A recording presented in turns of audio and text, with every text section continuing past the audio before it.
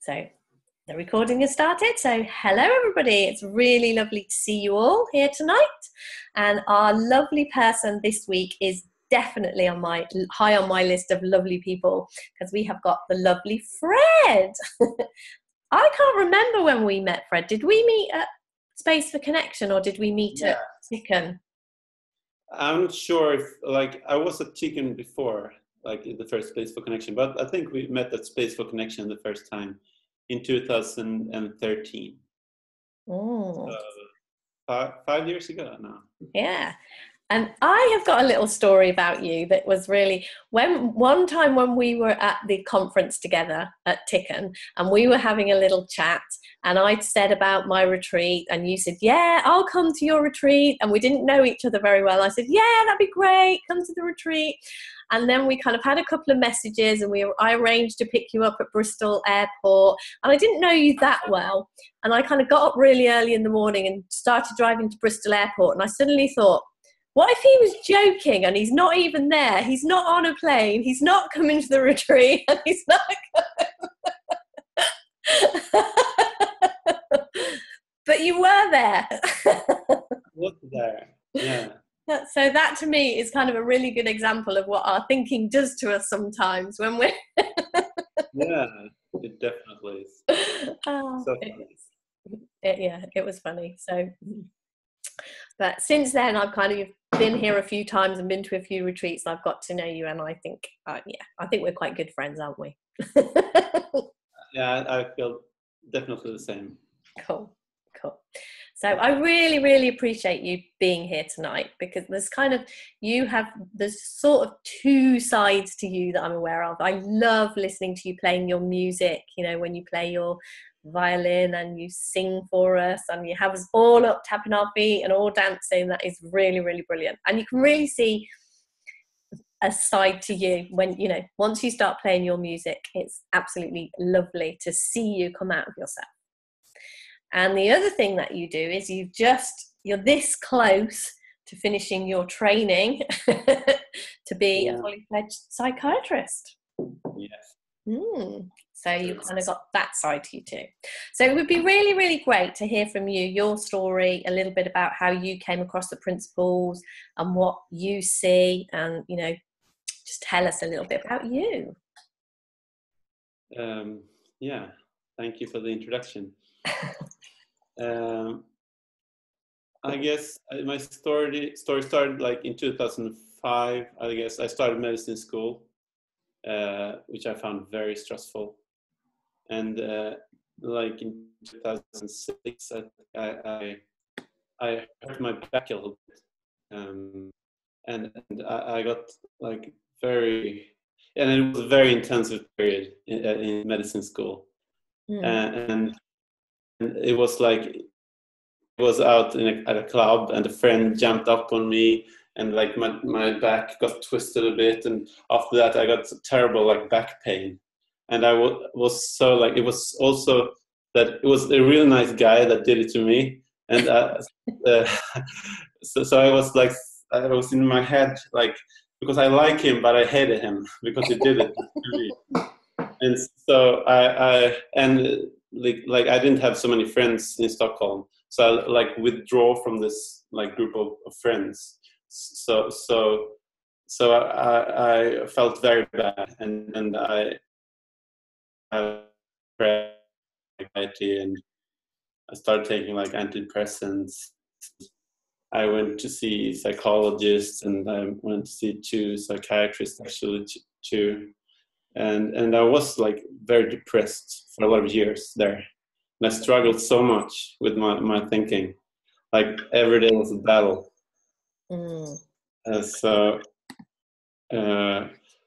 I really, it felt like I was never present. I was always battling with my thinking and my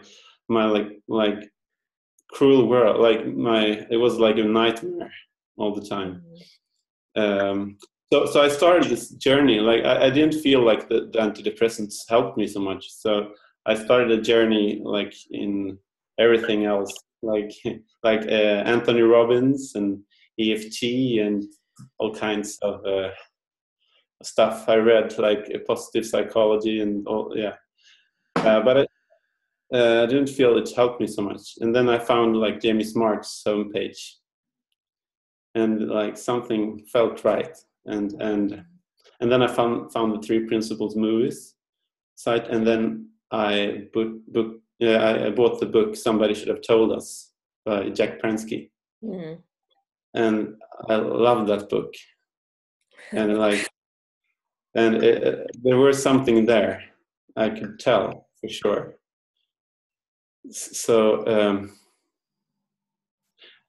and like, I think it was but I was like, it was for a couple of years I was very like passive. From like 2010 to 2013 I read books, and but it felt right, but I'm not sure I heard so much actually. But then I wrote like an email to Rudy and Jenny of the Three Principles movies site, and I got like a beautiful reply from them, and they had suggestions what to do. So the first thing on their list was the T community, and the second thing was the space for connection. So I'm doing that. So that's where we met. And at first I didn't really like hear so much, I think, but I met all these lovely people. Lovely people, yeah. There's lots of lovely people. So even if I didn't hear so much, that was enough for me. I knew it was the right path. Like, because when I compared to that, then in 2013 I started my psychiatry specialization. Actually, in 2013, in beginning of 2013. So it was quite funny to compare my colleagues in psychiatry with like the people in Three Principles. So it was like a pretty easy path to take to continue my journey in the Three Principles. And then at Space for Connection, I met Sheila Masson, and she told me she organized with Jack Pransky. Yeah. So I got like, and he was like my hero, written this book. So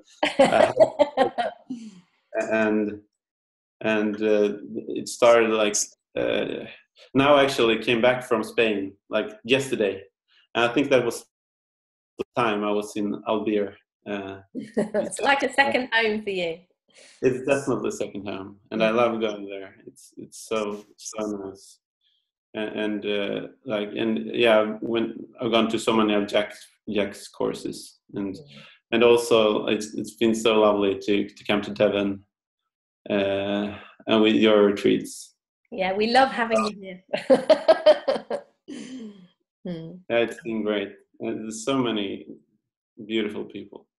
Yeah, definitely. That's why we started the Lovely People webinars, because I thought it was great, to introduce different people and to kind of hear a little bit about the principles from different perspectives. I kind of like, I don't, with all these webinars we've had, I don't think two have been the same at all. We've heard all sorts of different takes on the principles and what have you. So I know you said initially you didn't feel as if you'd heard something, and yet there was a pull there. There was something in you that kind of knew there was something here. You were on the right path. So what do you see now, with your psychiatry and everything that you do? What do you see that's maybe different or special? Can you share something about, what would you share with people about the principles? Like, I would share that they are already whole, like they are not damaged, because that's like such a terrible thing I think we've done in psychiatry. We sell this story very hard that they are flawed, and I talked to a nurse about this the other day, like how important it is to like see the health in people, and she told, like, when a person becomes 18 years old, it's taken from the youth psychiatry to the adult psychiatry. So and then they usually come like 6 for one person. And for some people, this person is so ill, so we are always 2 person around this person. And talk about selling as like story of illness, like you're so bad, like you're so ill that we need to have 2 person, and we need 6 persons because you don't have like health, and that's sad. Like to see like how we sell this story about people being flawed. And it's not true. And the more I see that, the more powerful I feel, because it's the truth. But people have lots of stories. There are so many stories of how flawed they are, and they talk about their bipolar disorder and their ADHD, and like it's like they become this, like these diagnoses. And actually, I saw a documentary just now about a person that had lots of. She had schizophrenia, and she was in psychiatry for a lot of years, and then she decided to leave psychiatry. And the first thing she had to learn was like she was a human being. She felt she had to relearn that. Like, and that's because it's sad. We see them and damaged. To see their health is so important, I feel. And the more I see it, the better.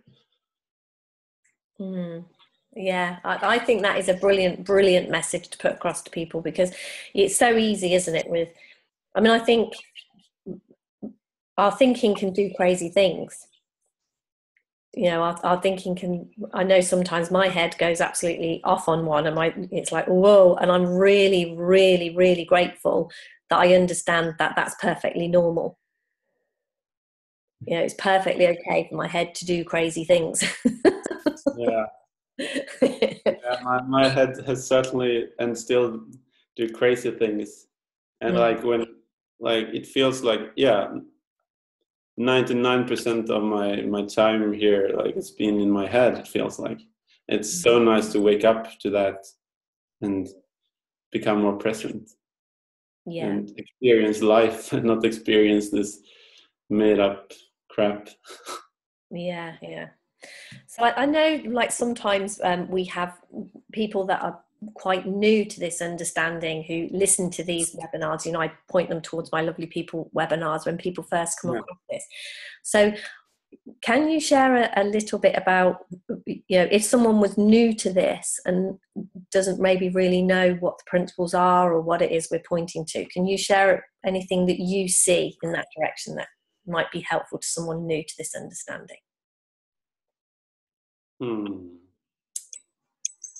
Yeah, I would talk about thought, I think, because that, like, how that affects us. How could something be in one way one day, and then you wake up the next day and nothing has changed, but everything has changed?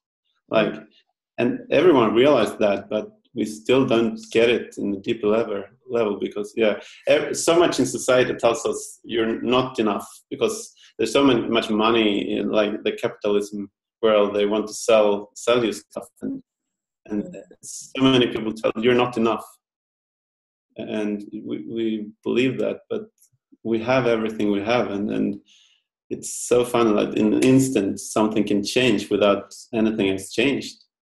And that's that thought, because we paint everything without thinking. Yeah. Thinking colours our experience all the time, doesn't it? Yeah. It never ceases to amaze me how we can have a night and day different experience of the same thing just because our thinking changes. And it's also, like, amazing how our mind can kind of make that seem as if it's okay and still hide the fact that it's our thought that's doing it until we see it. We don't see it. Yeah, it's so funny.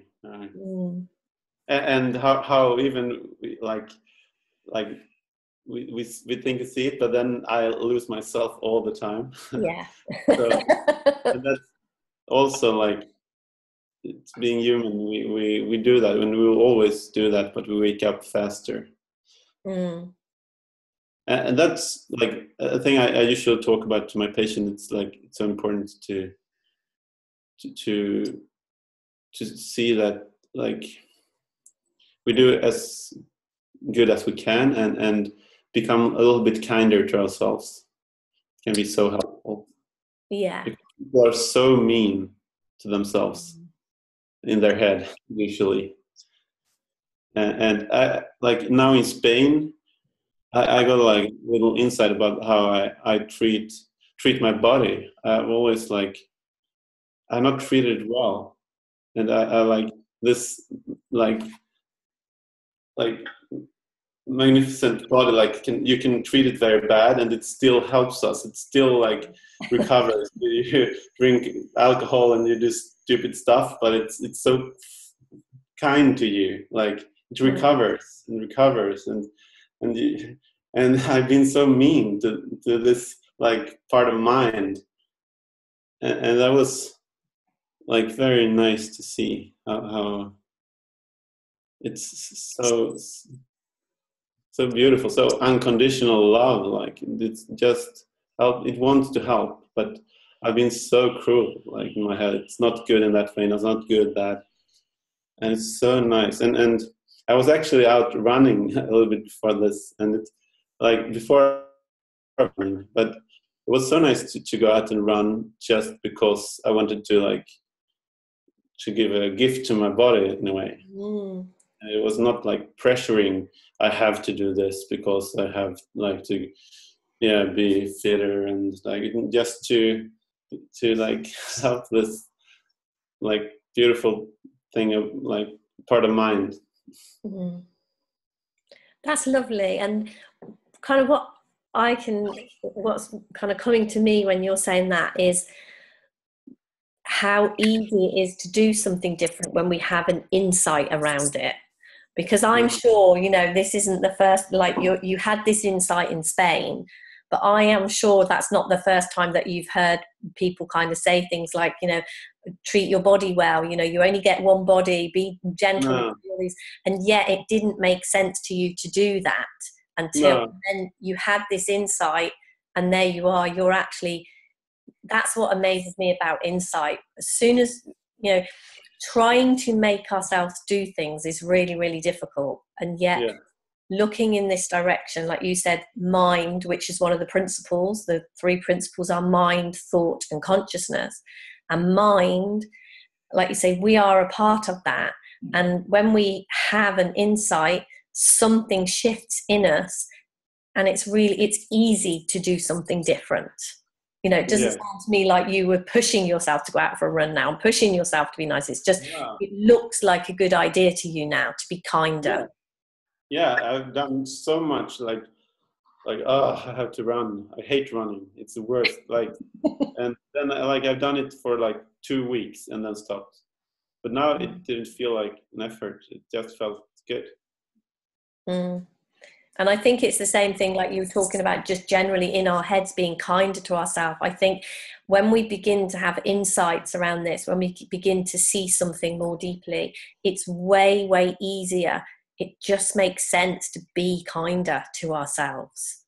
Because we can be, when we're lost in our thinking, it's really easy to be very judgmental and very harsh with ourselves, with our mind and with our body and everything, judging. All this, I'm not good enough, all of this kind of stuff comes up. And yet insight, just like you were saying earlier about that, how nothing changes but your thinking. We have an insight which is just new thought, and everything appears different to us. So have you found that understanding this has been helpful for you, talking to your patients? Is it good? Do you like that you've got this that you can share with your patients? Yeah, I love this, but I really have struggled during these years. Like I've been so much in my head. It feels like I've gone to retreats and been in a beautiful place and have had lovely talks with patients. But then, like, I got into my old habits and got stressed and like, yeah. But it seems like the grounding is better, like comes better. But so I see new stuff all the time, but it feels like I'm losing myself also all the time. But it's nice. There are always new chances. You can wake up in any time. Mm-hmm. But it's been such a fascinating journey with psychiatry and the three principles. Yeah. Walking in this crazy way.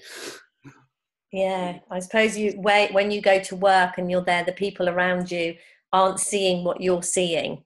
And I suppose if you're training, it feels a little bit like you're supposed to be learning from these people, and you're yeah. I have to like before.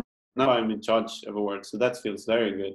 But before I had to, like, if there was like there's legislation and stuff, we need to have the right name on the paper so everything goes in the right order, like, so I have to ask in some cases, and that feels very strange sometimes. And you have to listen to people that doesn't have this grounding and see it in a completely different way. That's hard sometimes for me. So if you could, what would you change in psychiatry? Bring you guys to my hospital. Yeah, we just have fun. Yeah. We'd introduce them to a load of lovely people and have a load of fun.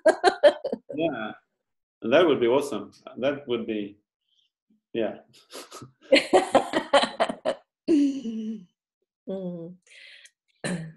So do you see a time when psychiatry will catch up with us? Yeah, like it will, but it will take a longer time than I think than I want to. But and sometimes it feels like it's very hierarchical in medicine, and the more you think you know, the harder it is to hear something. So it's like when I talk to colleagues, it's they have so much knowledge, so it's so hard to get new information in. So and because it's so hierarchical, it's a bit difficult, I think. But if we get, it depends if the right scientist comes along and do the right studies, then it could go fast, really fast. But it's needed. We need a really great scientist that loves doing research, which I don't. You can ask Beth about that. You never know who might be listening to this Lovely People webinar and hear that. And this is this is a gold mine for a scientist. So I hope the right scientist hears this and do research, like the right kind of research. That's like people in psychiatry like have the right evidence grade and stuff like that. Cool. One thing that I loved that you kind of said was how you've stayed in this conversation and you've stuck with this, even though you've said yourself that you would go to retreats or you would listen to webinars or be involved in stuff, and you would feel that there was something there, and then you would lose yourself again. So what kept you coming back because I know this is a story I hear from lots of people, they have an insight, and I think it's really helpful actually when people share that, we don't necessarily have one insight and then never go backwards. So it's really good that you're sharing that, that even after you'd had your some insights and heard something, you struggled. So what was it that kept you coming back and kept you in this conversation? In the beginning, definitely was the people, but I guess the first couple of years I just listened to stuff. And why did I stay then? I felt it was like, and I could see the help in the people, like And also like it was something like reading the book. There were like, you hear so many times like the secret is in the feeling. Yeah. And it's I think it's so true. There's lots of knowledge there, and to hang out. Yeah. So and I got glimpses of that, I think, along the way, that also kept me stay.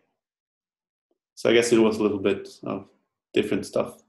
Because I do think it's way more common for people, a lot of the time we talk about these huge insights and massive shifts and things like this. Yeah. And I think it's way more common that people have incremental, small. And a lot of the time, I think we don't even notice how far we've come. It's like when you have a baby and you're with your baby the whole time, you don't notice it growing. And then someone else comes along and, wow, oh my gosh, really. Yeah. And I think it's the same when we kind of have these small insights and things are shifting for us.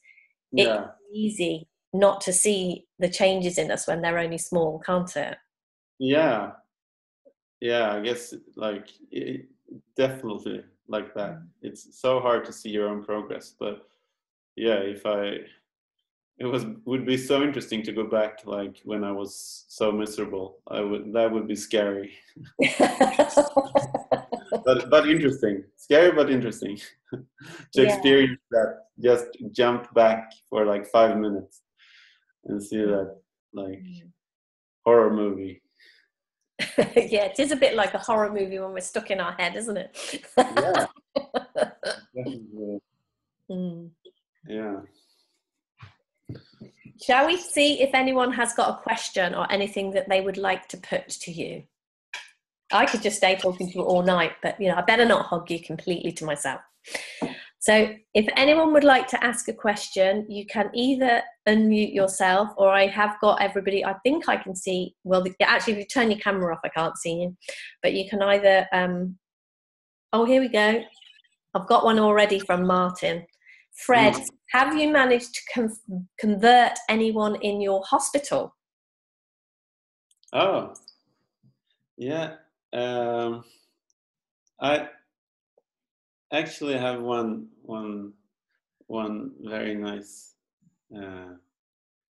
I met her like when she was like, I think this was like 1 year ago now, but I met her just outside at the hospital, and then I haven't met her for 2 years before that, and at that time, 2 years before that is, she was at my ward and she was there for a long time, and that was just after she had committed like two suicide attempts in a very short while. One was like she tried like almost like got crushed by the train and her arm got like really bad, and one was when she took a lot of pills and she ended up in like emergency care. And we had like a couple of talks when she was there, and it was so nice to meet her outside the hospital, and I could see directly that she was well, and like she was feeling really good, and so we got talking, and she said she was not there for herself. She was meeting a friend that was at a ward then, and she thanked me so much because of our talks we've had, and she said something changed in her, and she's never been like at a ward after that she was at my ward. So I asked her like, what did you hear? And I was curious, and she said, I heard that I didn't have to believe my thinking. And that was pretty cool. Yeah. And that was it.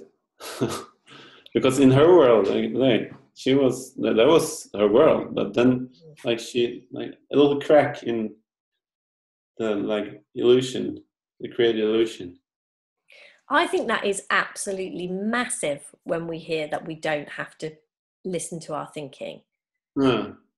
I mean, that changed everything for me, because it used to look to me like if a thought was in my head, it used to look like it was there because it was real, or it meant something, or it was the way things were. You know, I would think somebody was wrong, or somebody shouldn't have done something, or someone had upset me, or, you know, the thought would come, well, you know, they said that and upset. And then when I realized that I didn't have to take that as truth, that's huge, isn't it? Yeah, it's so cool. Oh. It was so nice to meet her. It was, yeah. And it was by chance. We met just outside. She was meeting someone else. And we never know when people hear something. No. And sometimes it happens like afterwards. They hear something and they never have to come back to psychiatry. But you never know the impact. And it's a little bit like you were saying about this insight that you've had around, you know, treating your body better, being kinder to your body. You just never know when something's going to drop down to that deeper level and something's just going to make sense to you, and you're going, oh, wow, yeah. You just don't know when someone's going to hear something that is life-changing. You know, that's one of the reasons I always talk about staying in the conversation, because, and it's like you have been around the principles like me for quite a few years, and, you know, you can sometimes get to a point and think, yeah, maybe I know this quite well, and then bang, you have another insight, or something pulls the rug right out from under you and you realize, whoa, I didn't know what I thought I knew. Yeah, I feel like a beginner. Me too. Yeah, I lose myself all the time. So what about, do you ever talk to any of your colleagues, or you know, any of the staff? Have you ever talked to any of those, about anyone like that, about the principles? Yeah, more in the beginning, I was very eager to talk to my colleagues. You need to hear this. It's so cool. But no, I stopped doing that pretty fast, because I this wall I talked about, it felt like I just ran into a wall. Like they tried to grasp it with their intellect, like also it's kind of meta, like a meta cognitive thing. Like they really tried to like fit it in their boxes. So yeah, my wisdom told me not to do that at that time, but you never know. Like, Okay. but now when I'm now at a smaller ward with just 8 patients, and it's an open ward, and it's so nice to be a bit outside the closed bigger wards, and we have a little bit longer time. The patients are there for a little longer, and it's there with this. With the staff, I find I can talk about this more easily. Cool. And in my experience, it's easier to talk to other staff than the doctors, the physicians. So we got to watch this space and see what happens with you with your new ward. Yeah.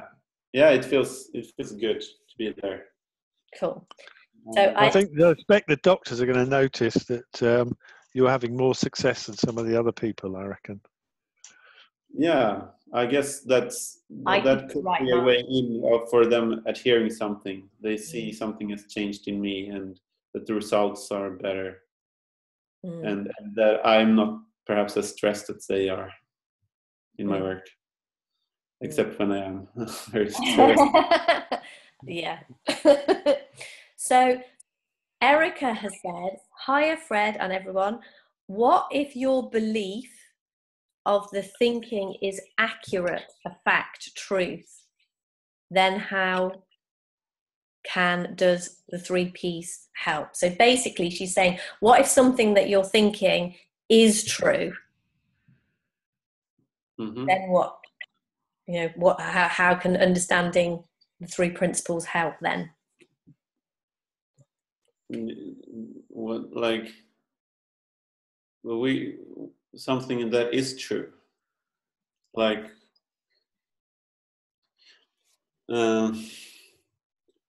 but we interpret everything around what we what is true. Yeah, like our whole world is like created from our thinking. So everything is filtered, and how we that like if you take, of course there are facts, but how we interpret these facts is 100% through our thinking around it. What it means, if it's bad or good, or like someone could say it's a very bad thing, and another can say it's a good thing. Like how we see this is it's good or bad. It's our thinking, 100%. Mm. Yeah, at the weekend when we had our 3Ps day, we were talking about the 100% rule. How this is the same 100% of the time for 100% of the people. It never varies. Our experience always comes from thought in the moment, and thought in the moment isn't universal truth. No. Mm. Mm. Right. I would absolutely love you to tell me a little bit about your music and what your music means to you and what you've seen from around that with the 3 principles, because I know you're a psychiatrist and everything, but I think of you, I just love to see you with your violin in your hand, dancing and skipping, and your face beams. You come alive when you pick up your instruments.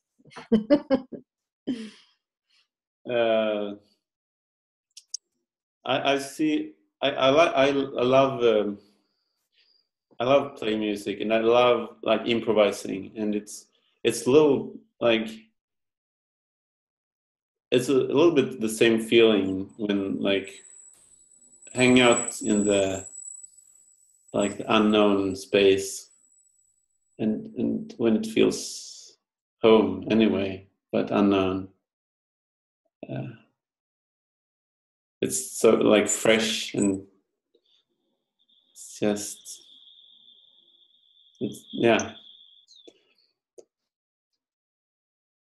it's so close to like we talked about, the secret is in the feeling, and if it's an outside in thing, like but music sometimes seems to get me to that place when I'm there. Of course you don't need the music, but it seemed like, in my experience, it seemed to help me being there. I think that's our wisdom. And it's so nice to just be guided by something, and you're not really in control. You just play along with the music, and you're being played by something more than play yourself. That's nice, and it's just the joy in the moment. I love that. Yeah. I can see it in your face even when you're saying it. You can just that joyful feeling in the moment. Yeah, it is so nice. It's a privilege. Anyone who hasn't heard you play should definitely find a way to hear you play your fiddle, your violin, whatever you call it. You are an amazing musician. It's just absolutely wonderful to listen to you. So can you see a time moving forward when you can use your knowledge of psychiatry and your music to because a lot of the time I know, like, I'm quite creative. I like to sew and things, and I definitely see in the people that come and speak to me and people who come and do sewing with me, they lose themselves sometimes. They get out of the way when they're creating and doing things like that. Yes. Like, one thing would be very nice, like to go around on retreats and play music and talk about stuff, 3 principles.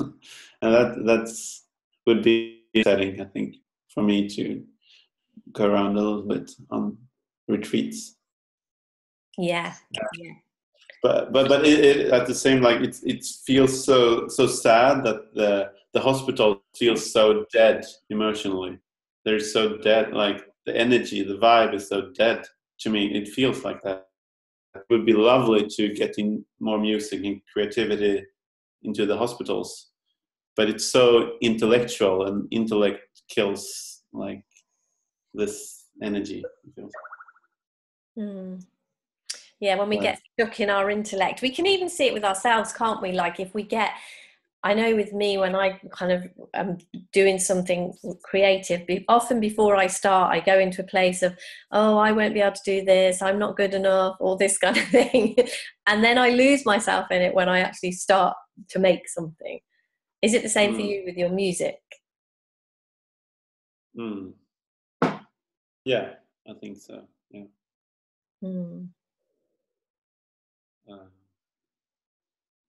Who knows, moving forwards, hospitals may listen to you. That may be what you do. You bring music into the hospitals, or like you say, I mean, we would absolutely love you to come. If you are coming to our conference in September, we would love you to come and give a talk and play some music.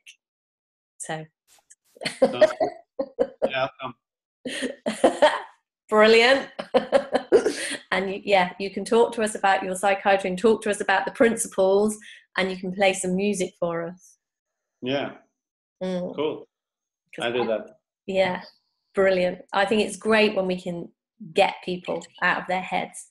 So Erica missed when we answered her question, but that's fine. Yeah, there will be a recording, and if anyone wants to listen to this recording or any of the other Lovely People webinars, if you go onto my YouTube channel, Debra Simmons, then you will find all the Lovely People webinars, and this one will be uploaded too. So you can listen back to that, Erica. So yeah, and she says she totally agrees. I think that music, laughter, and other creative avenues in a variety of hospital settings would be better. Plus happy furry friends, dogs, etc. Yeah, definitely. Have such a presence, and they're so loving and caring. I love. Yeah, that would be great to have dogs, and at the hospital. I think they're so good listeners. Yeah, I think animals and things. It is kind of getting out. We can. It's so easy, isn't it, to take life way too seriously. Yeah. And when we get into the place, if somebody's ill in hospital, it's serious. And yet, do you know what? If we could lighten up a bit, it would be cool. Definitely. Yeah. Yeah, it needs to be more alive, the hospitals. What was this? Yeah, and also Erica said as well, also getting out into nature. It's kind of like when you were saying earlier about playing your music, and it felt to you as if your music could take you to that place. I think that's our wisdom. When we have these things, like when we love our animals, or when we love our music, or we love whatever it is, if we're a sports person or anything, that to me is like wisdom coming through us. What do you think? Yeah, I think so.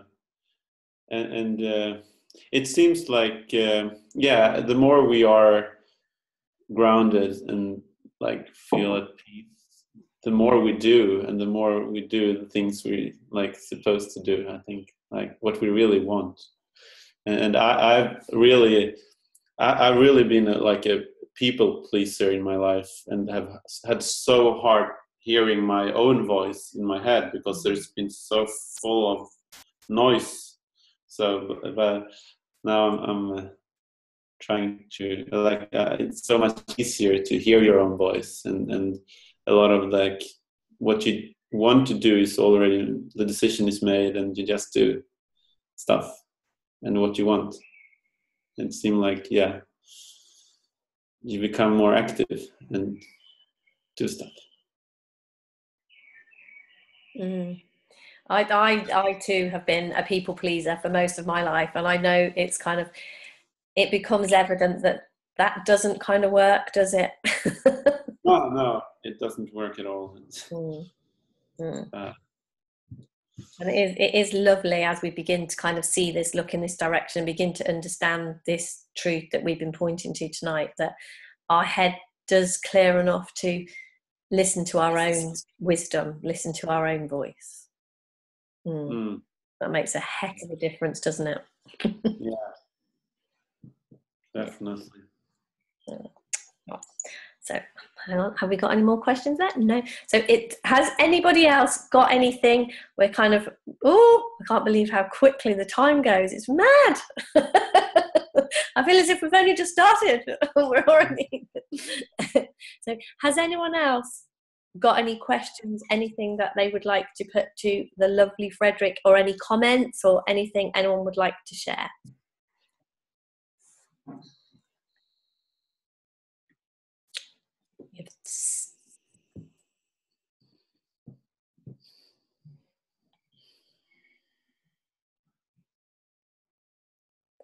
Never know how long to give somebody. It's nice just to sit in the quiet for a bit with all these, in the company of such lovely people.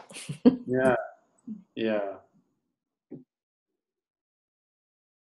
Is there anything else occurring to you, Fred, that you would like to share with us?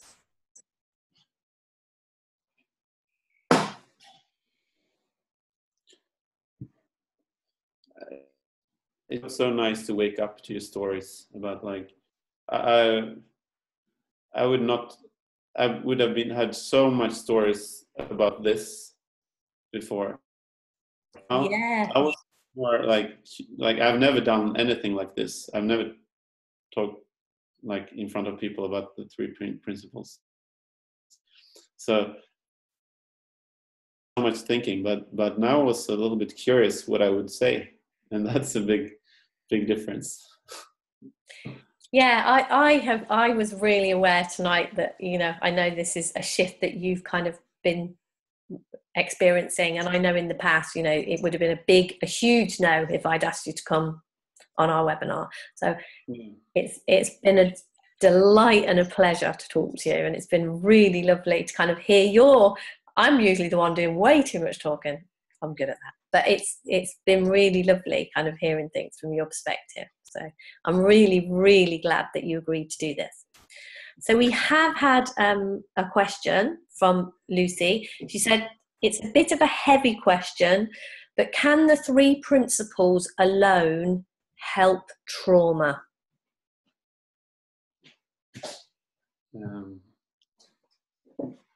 Of course.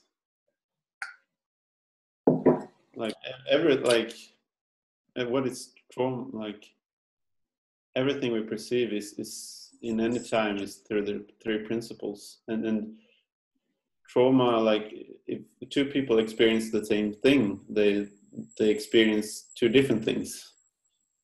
Like we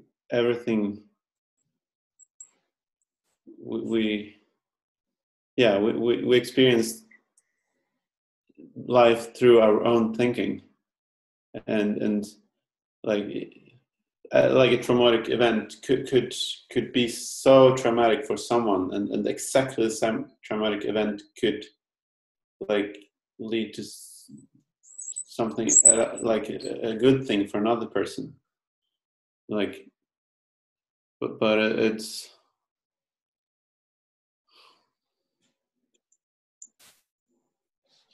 and like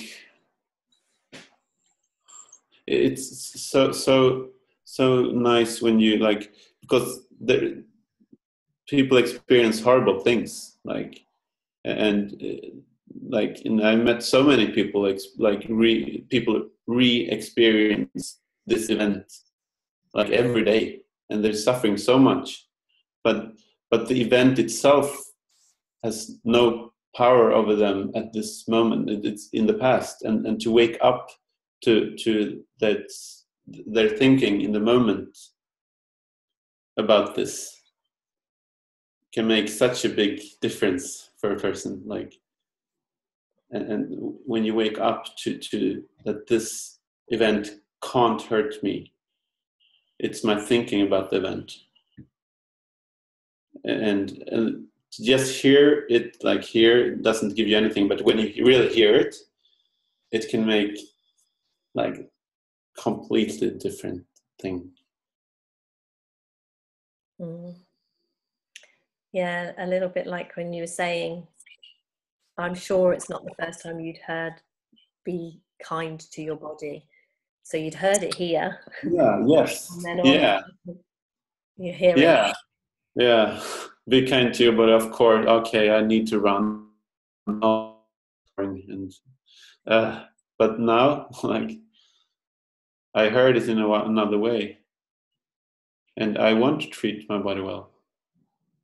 And I guess it's the same, you know, when we were talking earlier about the 100% rule. It's the same whether you're talking about something, being kind to your body, or something that looks really, you know, traumatic to you. It's the same. If you hear something, wake up to something in your heart. Yeah. Yeah. And like you can't force that. When you hear that, you can hear like, yeah, I want to force that inside, but that's that doesn't work like that. And just be kind to yourself, and it happens when it happens. And if you can see just a little bit of it, it's great. So we've had another question. We're putting you on the spot tonight. So one is from Tracy, who said, I just wanted to say thank you to Freddie for his help with my fall, because that's Tracy, who was at the retreat. She wanted to say thank you. I'm still recovering and still can't drive. How does the 3 Ps fit with this? Feel free for anyone to answer. Yeah, so the lovely Tracy, you met her at our retreat, and she unfortunately had the most awful fall. And yes, so she broke her arm in 2 places and dislocated it, I think. And so it has been a bit of a struggle for you, hasn't it, Tracy? I don't know whether she's speaking. Hang on, let me unmute you, and then you can you speak now, Tracy? Hello. Hi. Hi, Tracy. Hi. Hi. Good to see you. Struggle. Yeah. Losing my independence mainly has been a struggle. And I'm struggling to find what the positive might be in this situation, why it happened, and things like that. Especially as I just started a new job and everything just seems to be going okay in my life, and then something like this knocks you back. Can anybody help with that?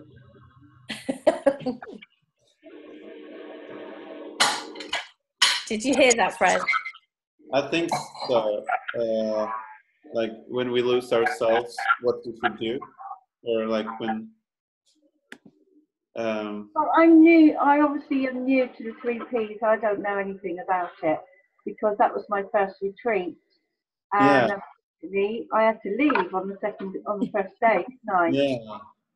Yeah. So I don't really understand anything, and I've been following a few of these videos and best I can when I'm around. Yeah. But I have no understanding of it at all, and I'm struggling to understand how you all, not just you, Fred, not just putting you on the spot, anybody, whoever wants to answer, can not sit there and think, well, why me, and why did it happen to me, and what's the reason, what can be, what's good about it? Nothing. No. Nothing. I still can't put my socks on. 10 weeks. Anybody want to answer me? Let's see if Fred can give you an answer, but we won't put him on the spot. Will. What's occurring to you, Fred? Like I've been such a searcher for myself. I was for such a long time to correct my thinking and I was such a battle in my head all these years, and I really tried to like wrestle my thinking and to get it straight, and like it was so nice when I stopped this wrestle and stopped searching and stopped trying to change my thinking, and then like so much energy got freed up, and because I put so much force into to change stuff. And for me, like the answer for me was continue the journey in the 3 principles and be kind to yourself.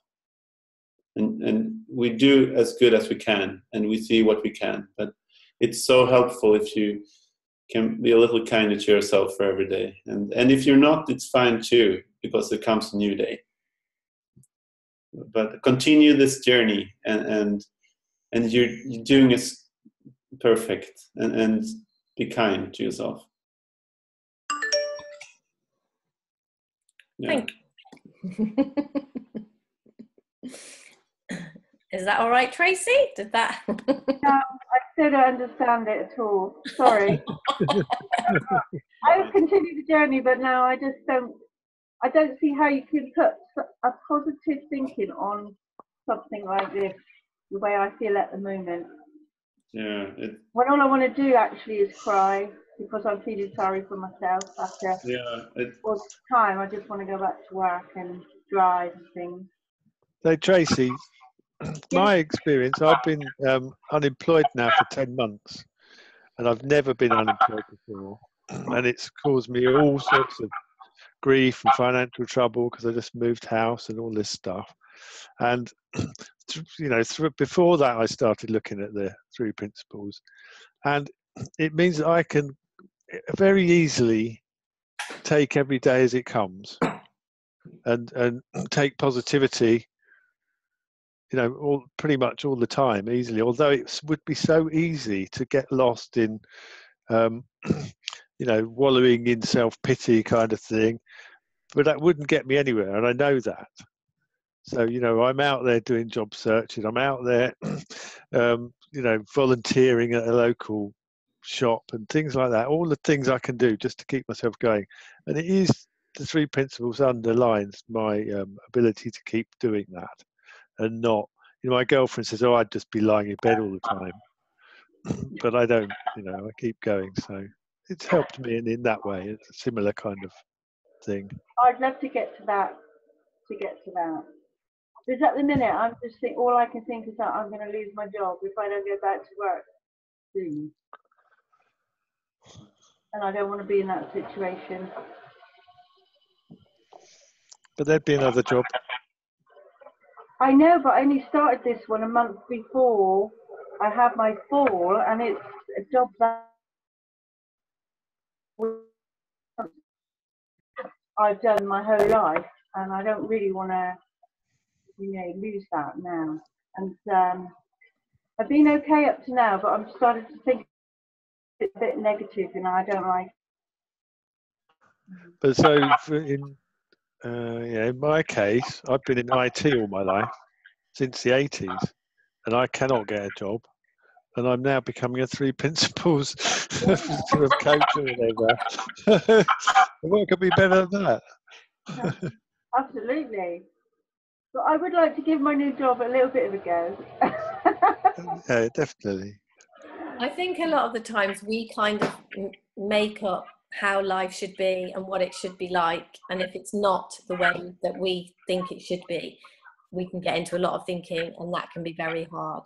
And I think what the principles point to is the fact that it's not our circumstances that are upsetting us. It's not our circumstances that are affecting us. It's the thinking that we have. We're always, the 100% rule says 100% of the time we live in the feeling of our thinking. We don't live in the feeling of our circumstances. So it's really, really, really, I think my internet, I don't know whether I've got a lot of squeaking and noise going on here. I don't know whether it's me. But anyway, it's really good to see you here. Stick with it. And we're not kind of saying think positive.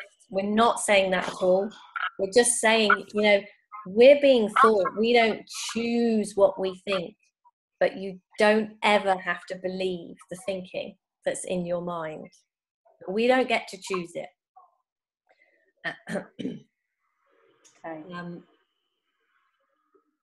Have you got anything you'd like to add to that, Fred? Thank you, Martin, for your contribution. it's so easy to judge ourselves and think we don't get it fast enough, and we add thinking like, yeah, I should get this faster, and it can be such a block. We really want to get it, and then we're judging us. I've been a hard judge of myself at all kinds of stuff, but it's so nice when we stop a little bit of judging ourselves. Yeah, so we've had a lot of people offering you lots and lots of support, Tracy. You're not alone, you're not alone. I think. And, you know, we're all always up against the thinking that we have. And, you know, we can all get into difficulties with our thinking in any given moment. I mean, I just think that's human beings. That's what happens to us when we're human. So you're absolutely not alone. And Erica says she's struggling for a variety of reasons, circumstances, with little to look forward to or to hope. The 3 Ps is taking time to connect with, as logic and other things are keeping my brain busy. Can see with others something seems to have changed when the 3 principles came into their life. Oh, and then hello to little Panda. Oh, it's not. Who is it? I was going to say, that's not Panda. You were holding her face then, and I couldn't.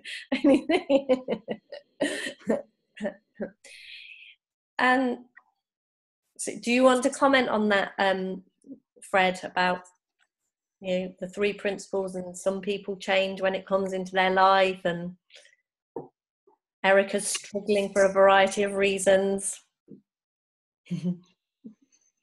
Yeah, it's so easy to try to force insights, and to be a bit gentler to yourself, and not judge yourself, and continue the journey. Yeah, it's like, I mean, at the beginning when you kind of said something, you know, you would come into the room and you would feel something nice, and then you would get into your thinking again. I think that's perfectly normal. I mean, I would never give advice, but if I was going to say anything to anyone, there truly, truly is something magical in this understanding. And if it makes sense to you to stick with it, then stick with it. Yes. And if it doesn't, then that's perfect too. Okay. Oh, how does the 3 Ps help in regards to unconscious behaviours and unconscious thinking as a result of trauma or from illness or other situations? I don't know. I like unconscious.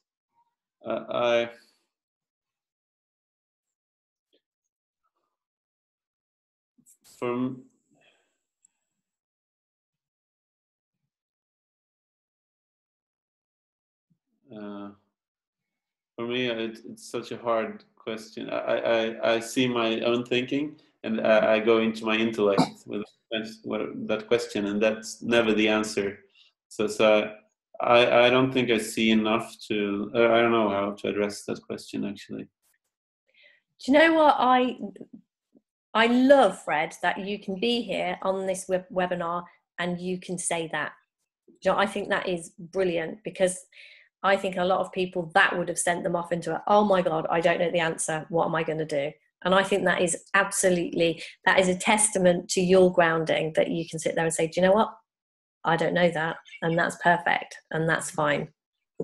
Thank you. I think that is a really good thing for a lot of people to see. It's okay not to know everything, and it's okay not to be perfect all the time. And I think you talked a lot earlier about how hard we are and how judgmental we are on ourselves. And it's great to just be, do you know what, I'm okay being me. I'm okay knowing what I know and not knowing what I don't know. So, thank you. And to me, it looks like, I don't think we always necessarily have to know what our thinking is. When we feel, you know, if we don't feel great, if we feel insecure or feel upset or feel hurt, we don't have to know what the thought was behind that. We can just know if we're feeling, you know, anything we're feeling is coming from thought in the moment. We can know that absolutely because of the 100% rule. That's how life works. We think, we feel what we think, and we don't always know what the thought is behind that feeling. But it never ever looks to me as if we need to know. If we do know, great. If we don't, great. We just know that what we feel in the moment is coming from the thinking that we're having. And it doesn't, because the principles aren't pointing to us having to analyze our thinking and think about our thinking and unpick our thinking. It's kind of saying, understand this system. And to me, even if you don't know, even if you've got no clue what the thought is, what we're pointing to here is look to how this system works. Look to the fact that all you ever feel from moment to moment is your thinking that you're having in that moment. And you can guarantee that even if you don't know what the thought is. And just looking more to understand where your experience comes from. Because it's very easy to believe that our experience comes from our circumstances. We talked tonight about Tracy and her unfortunate accident and Martin with his job. And, you know, it really, really looks to us very often that the experience that we are having in that moment is coming from our circumstances. And what the principles are pointing to is that 100% of the time, that's not where your experience comes from. Your experience comes from what you are thinking in that moment. That's it, 100% of the time. So even if you don't know what it is you're thinking, you can absolutely know where your feeling's coming from, the thinking that you're having in that moment. The 100% rule, Tracy, is the fact that this only works one way. That is the fact, you know, that 100% of the time, what you feel comes from your thinking. It doesn't come from anywhere else. That's what, when I talk about the 100% rule, that's what I'm pointing to, that there are no exceptions to that. And what we do when we, like earlier on, me and Fred have talked about getting lost. And when we get lost, that's a place where, oh, this doesn't look as if the 100% rule applies. It looks like it's my circumstances or this other person or something else is making me feel the way that I'm feeling.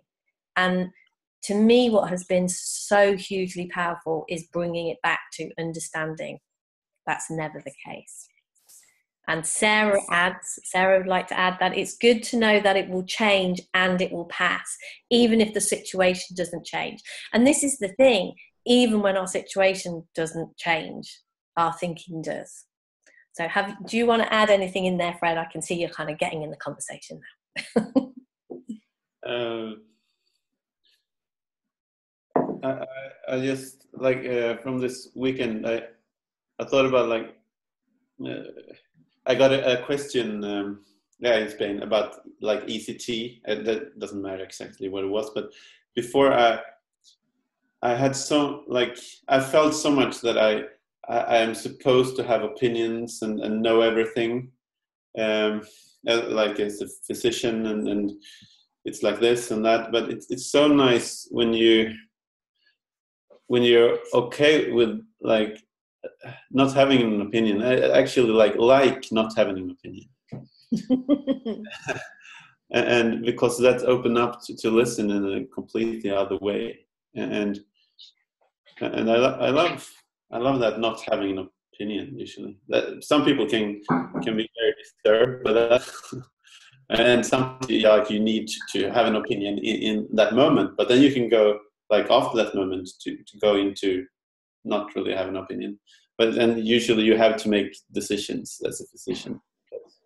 But it's so nice to live that, to see that you don't have to have opinions about everything, or, like, it's pretty nice to not have opinions about stuff, because then you take in the world in another way, and it's so nice. And I shared this for the group in Spain, and then someone said, like, but you seem to have a lot of opinions about yourself, and, like, judging. And that was very interesting to me. I like that comment, because it's so much, I'm judging myself pretty hard. But that's true. Like, I am like this. I'm shy and like, but it's so nice to because I saw this and to hear that, and it's like, whoa, what's this?